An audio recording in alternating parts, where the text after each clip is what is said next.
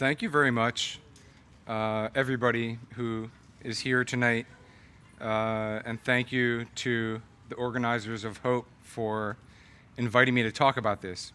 The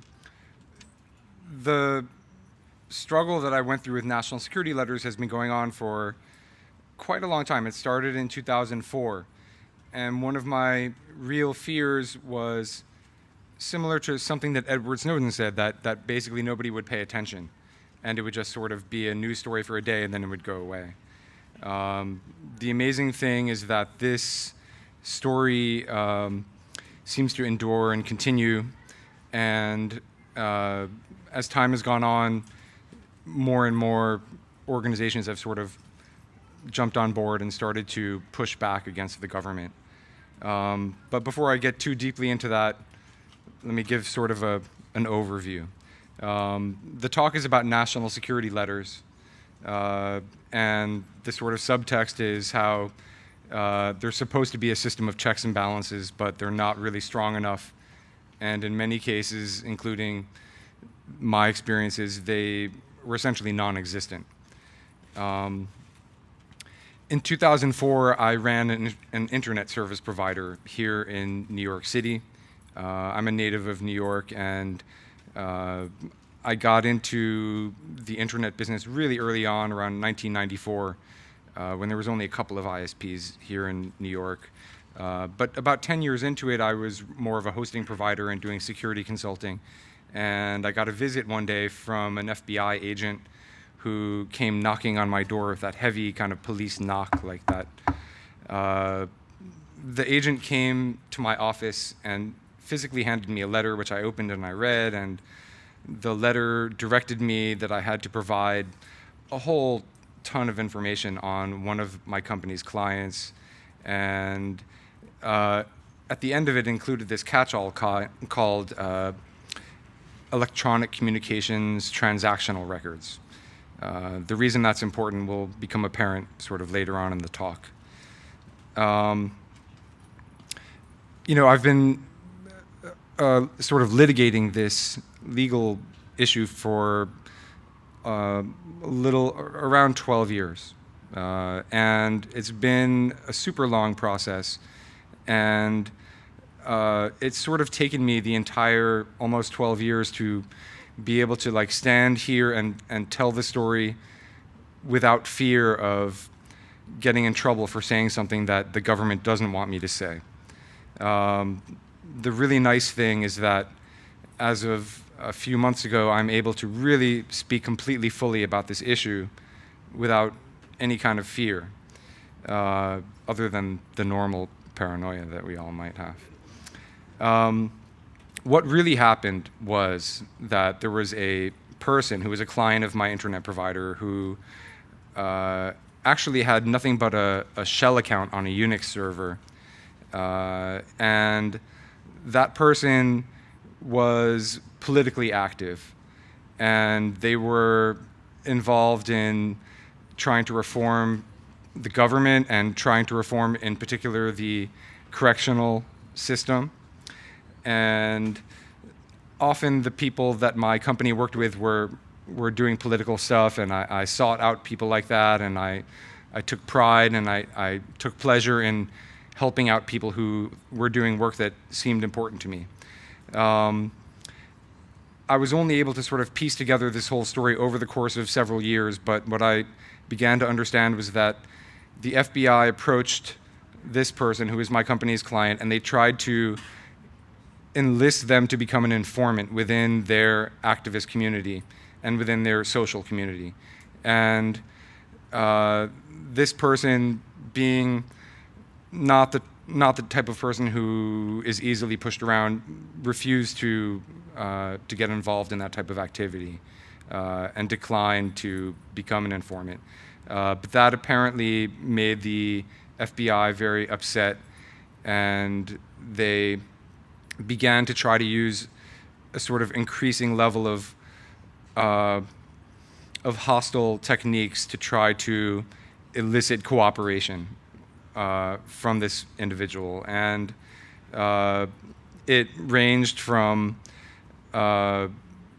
things like putting national security letters on them to gather records on everyone that they were communicating with, to visiting all their prospective places of employment, like sending out a couple of agents to talk to them and say, hey, do you really know about this person? And making like kind of asking vague questions like that would freak out potential employers and sort of causing his professional life to be more or less undermined, to things like putting him on the no-fly list and preventing him from traveling. I ended up finding out a lot about this in part from court papers that I saw over the years, where the FBI talked about things that they had done, and also just from talking to the person who, it was awkward and uncomfortable, but I maintained like a relationship communicating over instant messaging with this person throughout the entire 12 years, but without ever telling them what was going on, because I wasn't able to.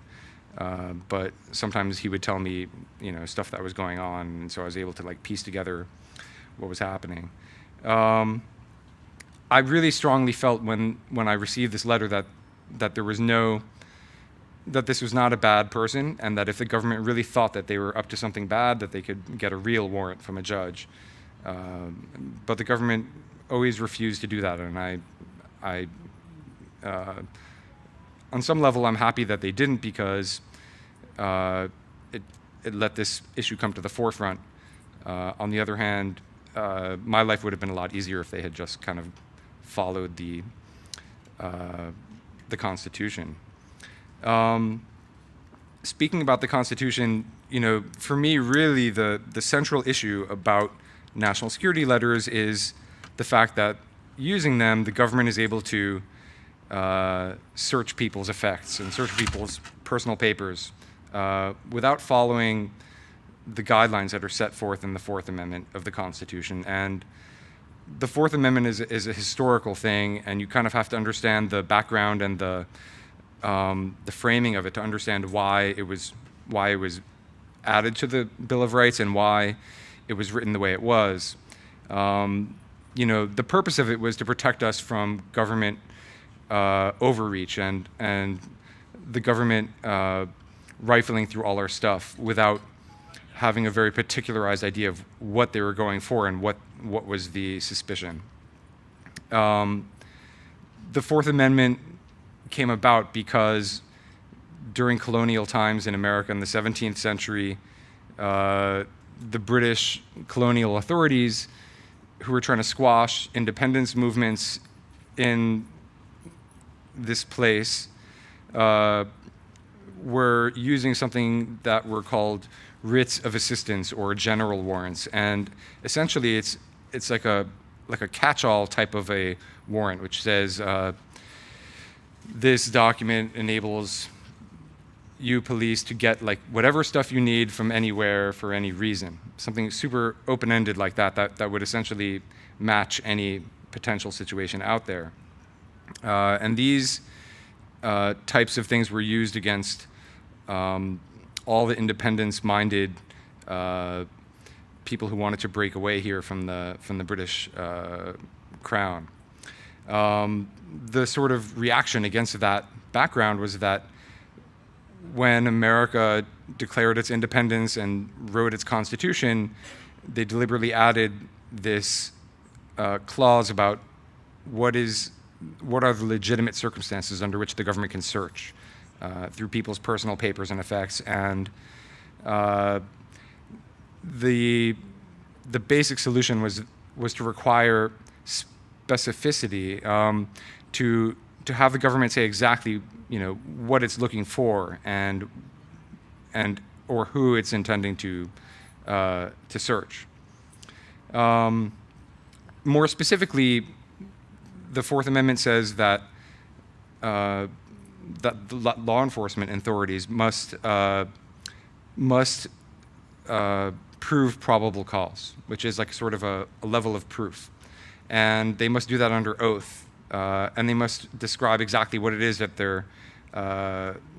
that they're looking for, and they must describe exactly where it is that they're going.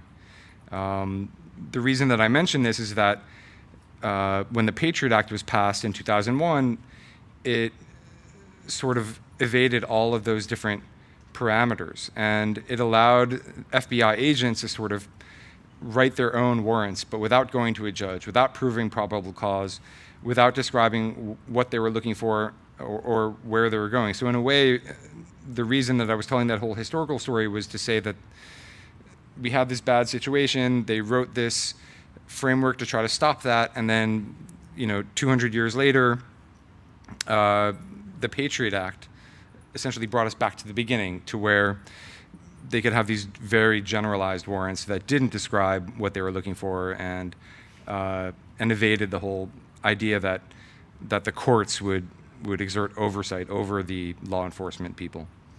So NSLs, rather than having to go to court, FBI guys can just kind of hit print on their computer and print one out themselves. They don't have to go to court and prove anything. They just need to assert themselves. They need to self-certify and assert relevance to some authorized investigation.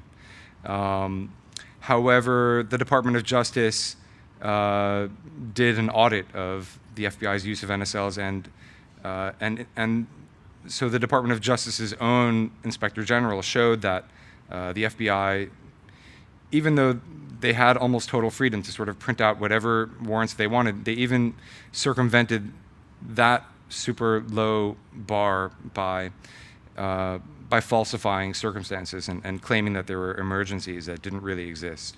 And furthermore, gathering information that really wasn't relevant to any authorized investigation. The NSL that I got in about the third or the fourth paragraph said that I could never tell any person that I had gotten it. And I wasn't the only person that this happened to.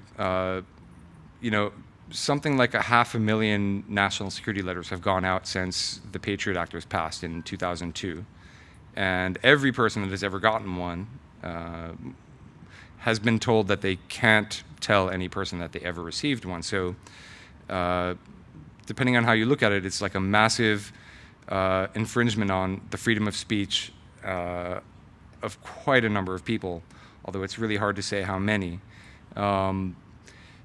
This type of an order, telling the recipients of these letters that they can't talk about it, has a number of really far-reaching ramifications. One of which is that, I was part of this company, and I wasn't able to talk to my colleagues at the company about it.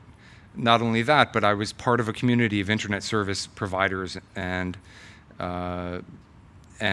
content providers and like internet-based services, and they were essentially putting out about 50,000 of these letters a year after a couple of years, and the fact that we were not able to sort of all get together at, let's say, meetings like this and just sort of compare notes and talk about what was going on means that we weren't really able to, and we still aren't able to, fully piece together what's actually happening with these orders. Because I was told that I wasn't able to talk to anyone, my first question to the FBI agent that came to my office was, what about my lawyer and what about my business partners? And the FBI agent refused to answer that question. And I have to assume that that's how it went down with other people, although I've never knowingly spoken to another person that got an NSL, although I may have, but we never have discussed it openly like that. But if you can't tell anyone about having received it, that means you can't talk to a lawyer, and if you can't tell anyone, that means you also can't talk to a court. So you can't go and file a court case over it, and you can't challenge the legitimacy of these types of orders. And it also means that by preventing people from talking about it, it sort of undercuts the ability of Congress to exert oversight over the Department of Justice and the FBI and law enforcement in general by keeping everything under wraps.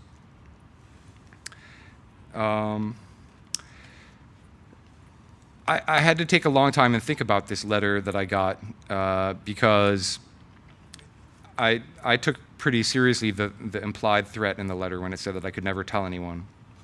But at the same time, I really, in a way that I never before or since saw, I could just viscerally see and experience the slippery slope right in front of my face happening. And it felt that, I felt that that there really wasn't much of a choice in the matter. And I felt also very confident in my sort of upbringing, and maybe from the 1 or 2 classes of undergraduate law I'd taken in college, that I knew I could talk to a lawyer about it, despite what the FBI had said. And to sort of cut through a whole series of agonizing decisions and discussions, what happened was I went to the American Civil Liberties Union, the ACLU, who, as luck would have it, was a client of my company, and I hosted the website for the New York Civil Liberties Union.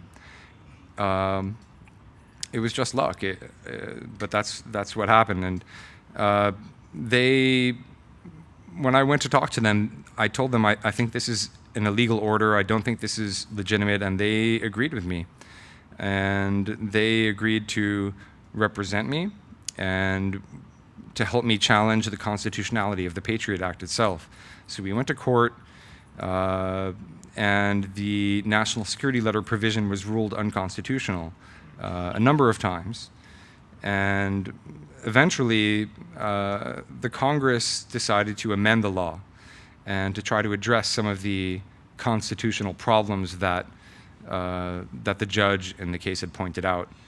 And the changes that they added were relatively minor, but in some ways they were pretty significant because they sort of retroactively legalized everything that I had done that I thought was a violation of the order not to talk. They specifically said that you can talk to a lawyer, you can go to court, and you can challenge the gag orders, and you can challenge the legitimacy of the actual searches. So the actual story of the 7 years of litigation with ACLU could take like a day or something. It's a really long story, and suffice it to say, I kind of thought that the path would be like sort of a straight line, starting here and ending in the upper right corner, and instead it looked like a piece of spaghetti, and it went all over the place, and it was really confusing and crazy, and the government essentially did everything it could to sort of undercut my case, and eventually what it did was withdraw the letter itself, which sort of prevented me from making continued arguments about the search, because once they withdrew the letter, they were no longer asking to search anything. But in their infinite wisdom, they left this gag order in place and insisted that I shouldn't ever talk about it still, which allowed me to sort of continue the case for a number of years after that, because for me it was really important to be able to tell the whole story, to have it be an open and public discussion about what powers the government has. And in, I think, 2013 or so, I started to work with a law clinic at Yale Law School called the Media Freedom and Information Access Clinic. And they also agreed to help me for free.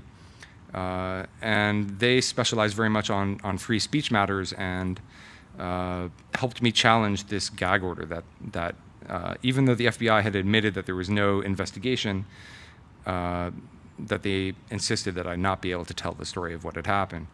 And that began another several years of litigation, which wonderfully was successful and concluded this past winter, which is why I'm able to actually even tell this part of the story.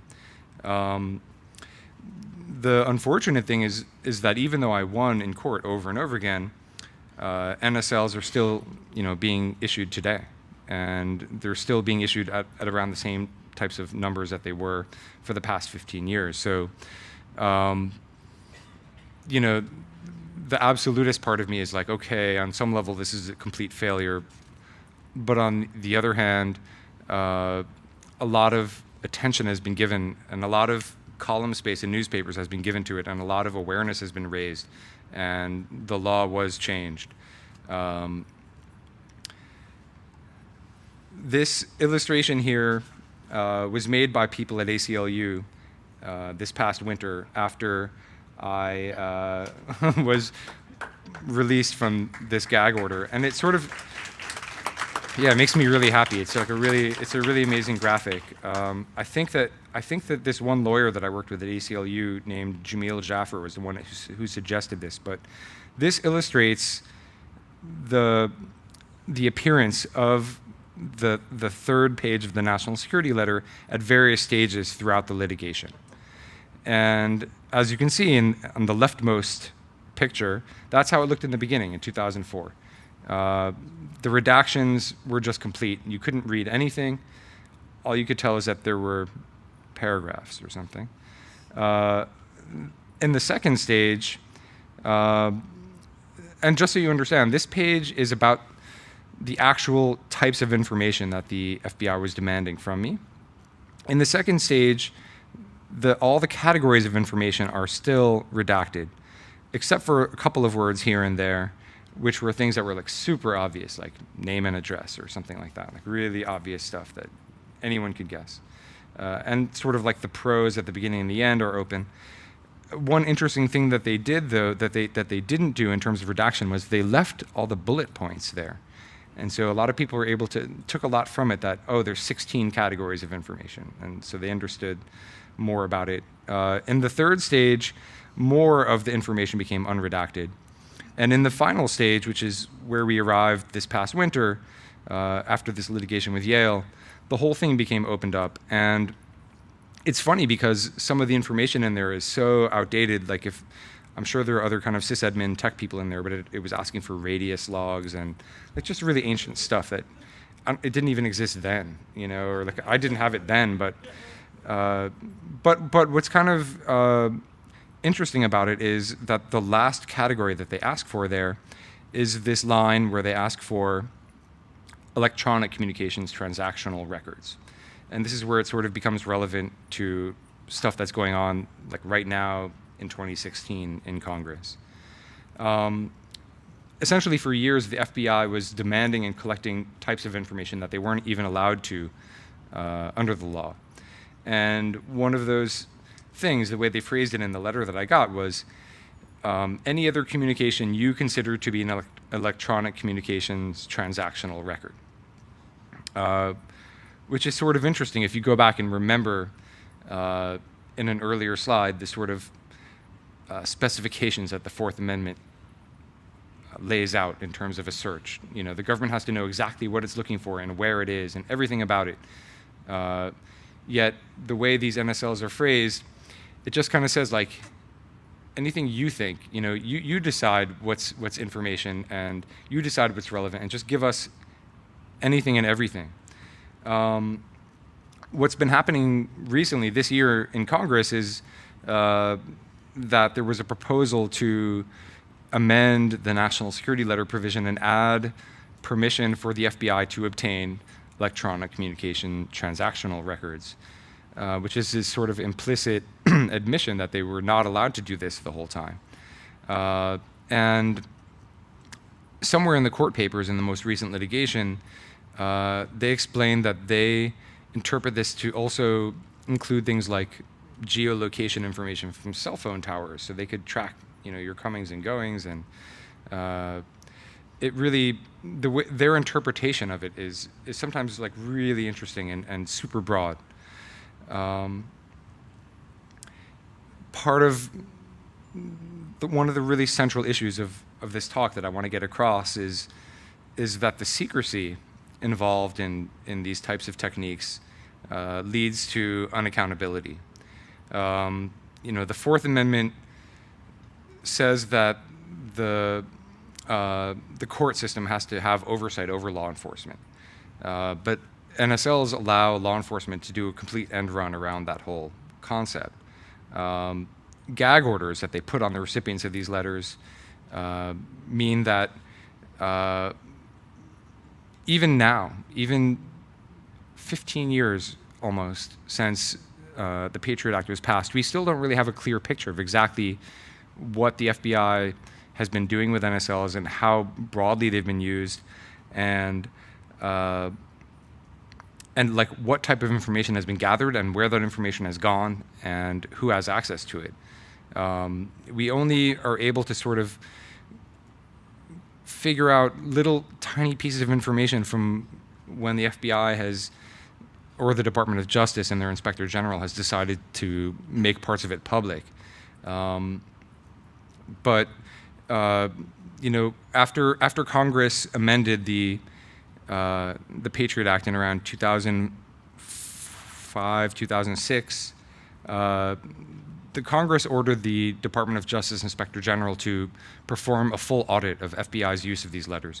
And the Inspector General really, I would say to his credit, didn't really go so soft on the FBI, and he really uncovered a lot of abuse, you know, in terms of not keeping track of how many NSLs were issued, coming up with hundreds of examples where the FBI had invented fake emergencies to try to get information without even printing out an NSL, information in which they had demanded like super broad degrees of information on essentially hundreds of thousands of people. The one example that they highlighted was about in New Year's Eve in Las Vegas in around 2004, I think. The FBI got a list of every single person that visited Las Vegas over New Year's Eve, and it was like well into the hundreds of thousands of people. And so they got lists of everyone with just one letter, just printing it out without ever going to court, without worrying about the rights of those people. And the really upsetting thing, you know, is that this information goes into some huge database, and then we don't know where it goes after that. Like we understand that it is it's indefinitely retained. You know, regardless of whether a person is cleared and found innocent or found to be not even a suspect or not interesting, this information stays there forever. And whether there are rules and regulations about how to deal with that information or when to purge it or if to purge it ever is just completely unknown. Other things that the FBI did that was uncovered by the Inspector General included that within just a short time frame, he only looked at 2 years or 3 years. From 2003 to 2005, they issued 143,000 NSLs. And in theory, these are only to be used for counter-terrorism and counter-espionage. In issuing all these NSLs, only one conviction, even related to terrorism, came from it. And it wasn't even for an actual terrorist plot. It was this thing called material support, which is a super vague, open-ended kind of law, which is so broad that lawyers have complained that if a human rights organization went and consulted with a terrorist organization on conflict resolution and how to peacefully solve conflicts, that would be considered material support to a terrorist group. It's like any type of service or help that you might provide to a terrorist group, even if it's super inane, like, I don't know, anything, selling them water, I don't know, anything. It's a super open-ended kind of a catch-all. So I guess what this gets to for me is sort of the efficacy of the law itself. Like when you violate the rights of, you know, unknown numbers of people, because 143,000 NSLs, you might assume that it means 143,000 people's rights have been violated. But when you understand that one letter gets 400,000 or 500,000 people who went to Vegas in one night, you start to understand that it could be much more than 143,000 people. It could be well into the millions. But again, due to secrecy, we don't really know. We have to guesstimate. Out of those 143,000 NSLs, there were 43 criminal referrals made, but they were not related to terrorism. They were related to low-level things like immigration offenses or fraud or money laundering, but like little penny ante, small crimes, not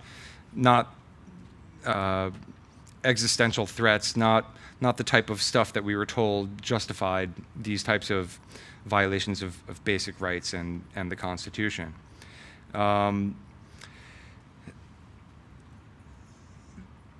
A question I get asked all the time, and it's confusing, and it's hard to really explain to people properly, is if the government lost in court over and over again, why are NSLs still being issued at a rate of 50,000 per year?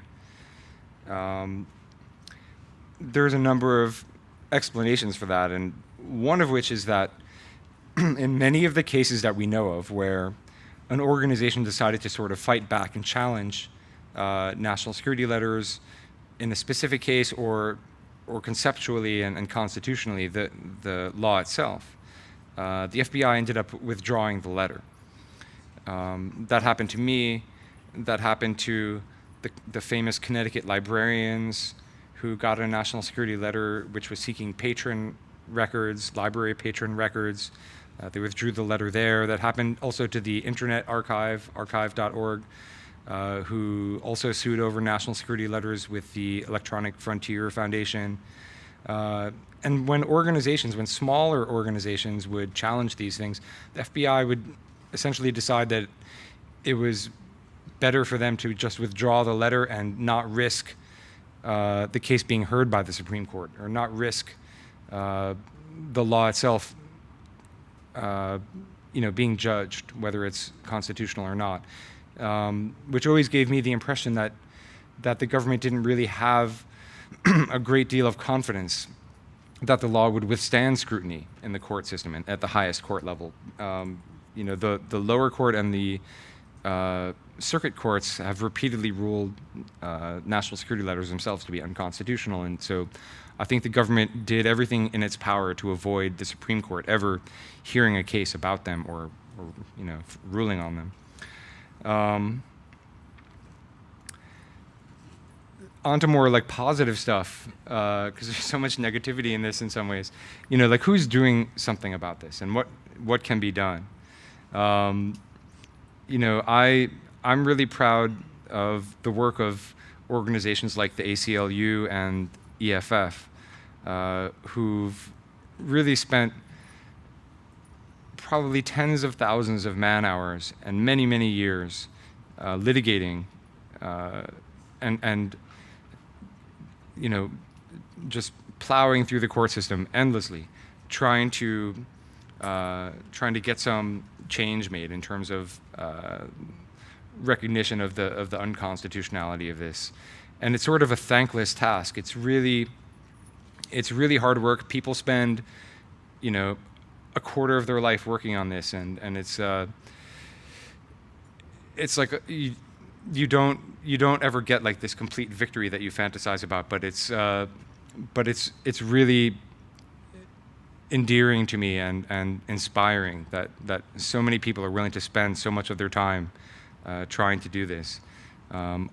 And the cool thing about it too, the sort of side benefit, is that it raises awareness. And so people, until I started the lawsuit in 2004, nobody really knew what a national security letter was. It was never in the newspapers. It wasn't really one of the things that people made a huge example of when the Patriot Act passed. They talked about some of the other aspects more. But it has become a huge thing where advocacy organizations that raise awareness and get people to write to their congresspeople and to their senators and to oppose, the renewal of the Patriot Act and to oppose bills that have been proposed to expand Patriot Act powers, have ended up being struck down by the force of the general public. And to me, that's also really encouraging.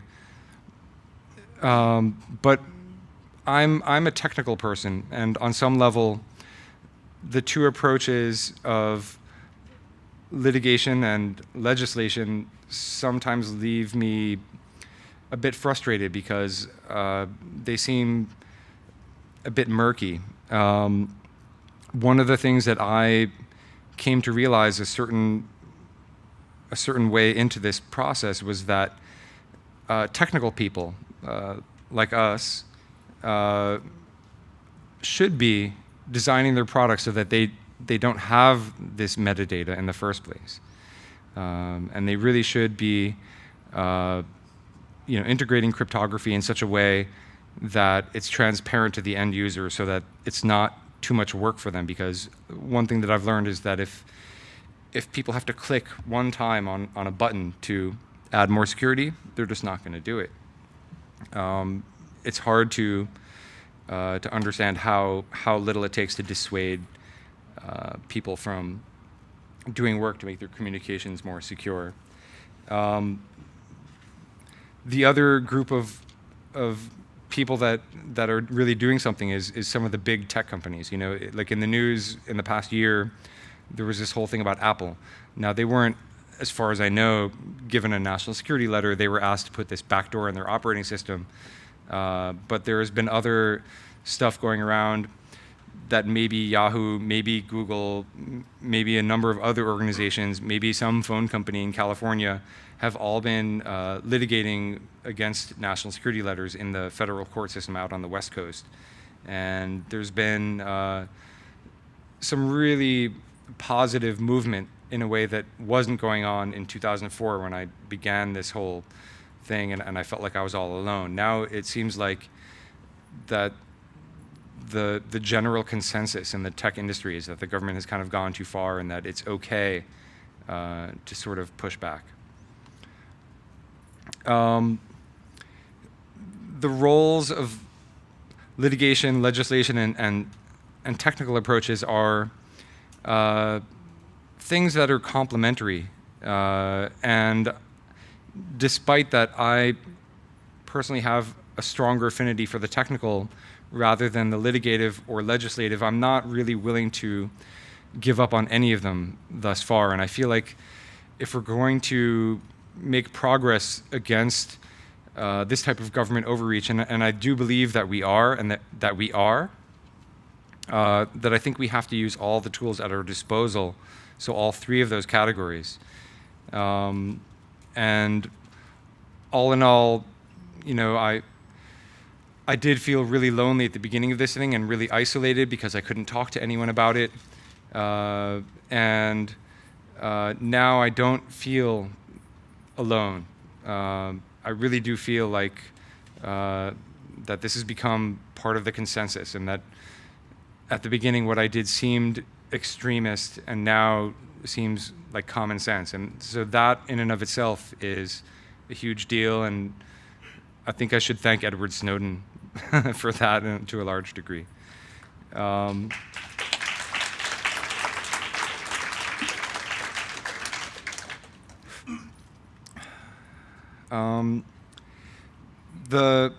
There was a man who I read about years later who was the founder of the American Civil Liberties Union, and his name was Roger Baldwin, and he said something really wise one time, which is that no fight for civil liberties ever stays won. And it's true, I think. You see sometimes things repeating themselves over and over again. People of my generation, we grew up understanding about the civil rights era and the battles for people to all be treated the same, to be treated equally under the law. And then after the Civil Rights Act was passed, on some level, whether reality reflected it or not, the law did theoretically say that everyone had to be treated equally. And then decades later, certain parts of society in America decided to sort of like refight these same battles, but pick a different minority group. Rather than racial minorities, they picked gay people. And they tried to say, well, let's allow restaurants and cake bakers or whatever crazy case they picked to discriminate against people based on their sexual orientation. And in a lot of ways, it's people that maybe couldn't accept the outcome of the first civil rights battle, trying to refight the battle again, using a category of people that isn't protected under the Civil Rights Act. And so seeing that happen really made me understand in some ways that this quote from Roger Baldwin is really true, and I think it's a really good closing thought to wrap up this talk. So that's the end.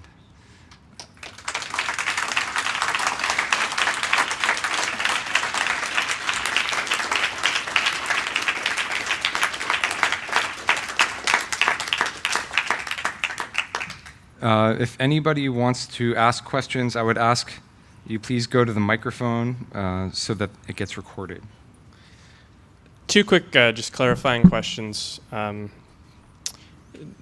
court, we hear that a lot. Does the FISA court have to rubber stamp the NSLs? And separate question, parts of the Patriot Act were set to expire. Does the NSL part have any expiration on it? So the FISA court and it being sort of a rubber stamp, it's a troubling thing, because what I've read is that FISA court rarely, if ever, turns down any request for a warrant. On the other hand, in theory, this is the system of checks and balances. Even if it's a facade, even if it's bogus, and they don't actually say no ever, at least it follows the framework that we're taught is the way it's supposed to work. I can't say I have any personal experience with it, but I would feel like at least a rubber stamp court that doesn't allow an adversarial discussion, like there is no person representing the person who's being searched in that court. At least there wasn't until recently. I think they're proposing to add a sort of an advocate for the person whose rights are to be violated. It's like an improvement over the national security letter scenario where there's no court involvement at all.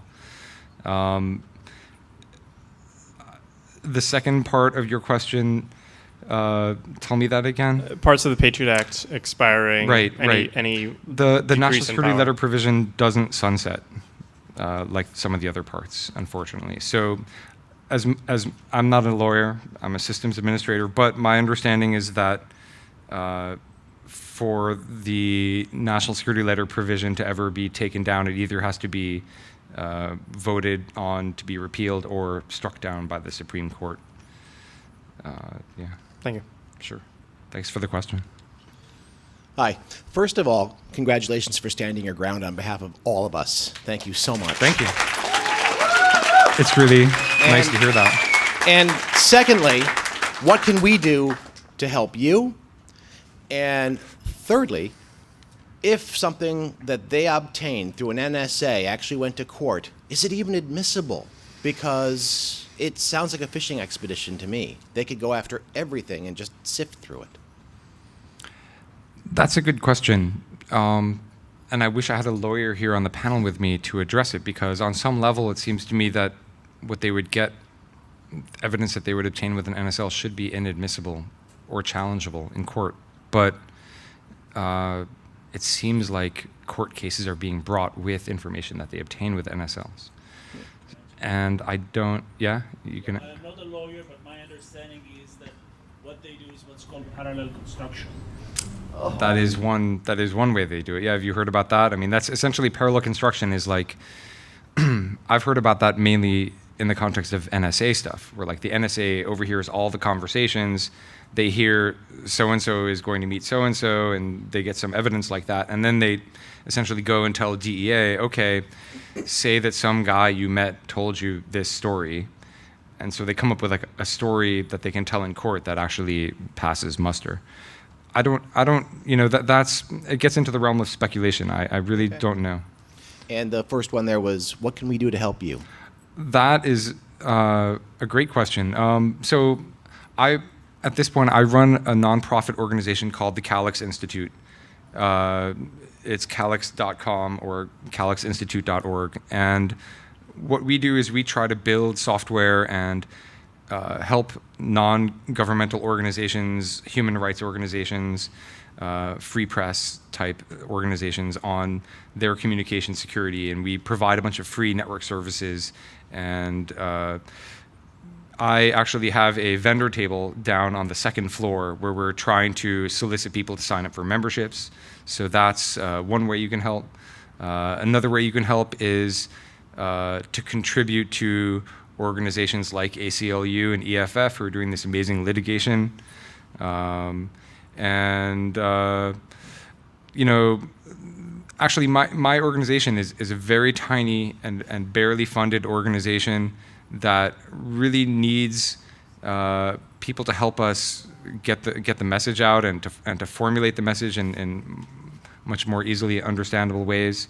The parts of it that I really enjoy are like the technical part and not so much the communications part. So if anyone knows about that kind of stuff, come talk to me downstairs tomorrow or the next day. That would be awesome. Thank you. Thanks. Okay. Okay. So five more minutes, I'm being told. Try to keep mine short. Sure. I was really glad to hear that you've won the opportunity to talk about, you beat the gag order. You can talk about the national security letter that you received. Do you know that if, by virtue of you beating the gag order, does this enable other people who've got NSLs to talk about them or to beat the gag order? No. The short answer is no. One of the things that was really sort of disappointing to me in the sort of progression of this court case was that at the beginning, the potential payoff was so huge and broad that what was being discussed was, could the national security letter provision even be separated from the Patriot Act, or if it was unconstitutional, would the whole Patriot Act have to go away? And it was so broad, it would affect everyone in the country. And then by the end, it became just about me and my free speech rights. So the decision at the end just related to me and doesn't actually let anyone else speak. They would have to do the same court process that I did if they wanted to speak. And someone did. Who did just now? Was it Yahoo or something? I don't remember. Or Microsoft? I don't know. One of those companies just got the right to talk about and released the actual contents of NSLs, but without having, the FBI just let them do it without going through 10 or 12 years of court. Did they ever make specific the nature of the threat that you were facing if you did ignore the gag order? And are there any people who didn't abide by the gag order who they made a demonstration of and put them away for 20 years, or what was the nature of the threat they were making? I think that the penalty is 5 years. My understanding, and I'm not even 100% clear on this, I think that the penalty is 5 years if you do it inadvertently and 10 years if you do it with the intent to screw up one of their investigations.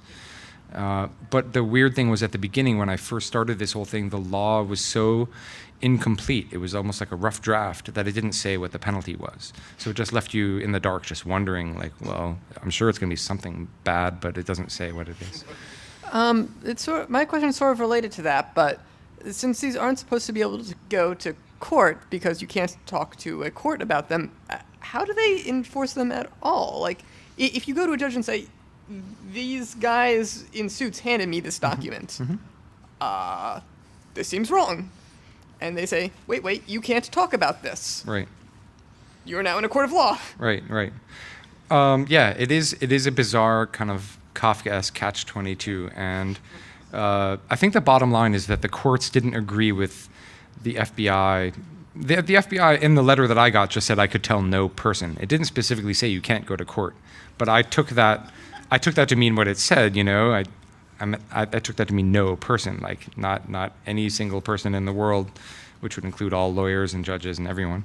But the court apparently really didn't agree with that. And actually, the judge that we had in New York was really harsh in his ruling. It was just like he smacked that down really hard.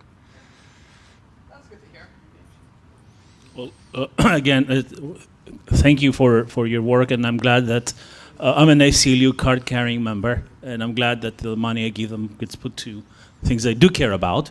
I care about a lot of things. The question is that you're familiar with the term policy laundering.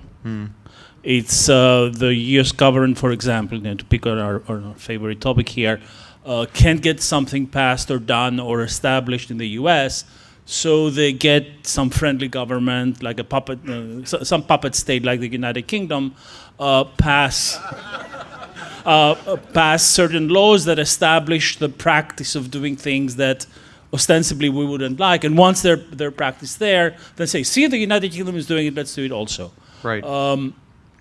The European Union, so take away the United Kingdom for a while. The European Union, on the other hand, the continental European Union, has a practice of being very pro personal rights and have any of these companies that that are multinational companies try to prosecute, do the opposite, so do the policy laundering in Europe and bring that to attention that way?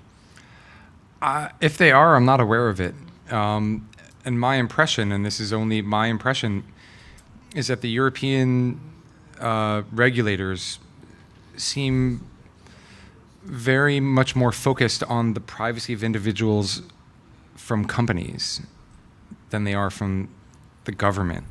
So they seem much more up in arms about Google, Facebook, DoubleClick, all the data mining companies getting your information more than the government.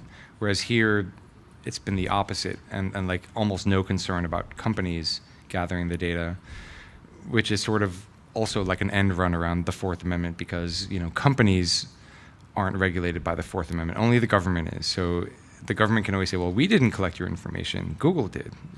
And in a way, when the government comes and makes you or your company take part in this, it's sort of like you're unofficially deputized. You're like an agent of the government, or that's what they want So you to be. you mentioned also that, to end on a sort of a jocular note, you mentioned that you don't know what happened to all this information that gets collected.